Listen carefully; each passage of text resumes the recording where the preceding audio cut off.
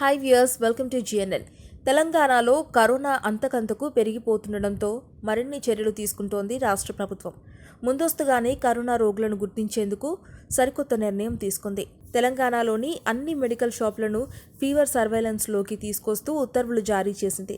జ్వరం, గొంతు నొప్పి టాబ్లెట్లు కొనుగోలు చేసే వారి వివరాలను సేకరించాలని మెడికల్ షాపులకు ఆదేశాలు జారీ చేసింది.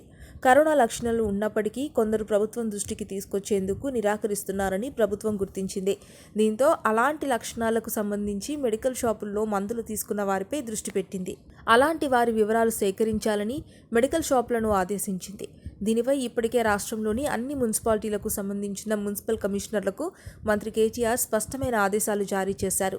ఇటీవల జ్వరం, గొంతు నొప్పి నివారణకు మెడికల్ షాపుల నుంచి మందులు కొనుగోలు చేసిన వారి వివరాలను తెలుసుకోవాలని తెలిపారు.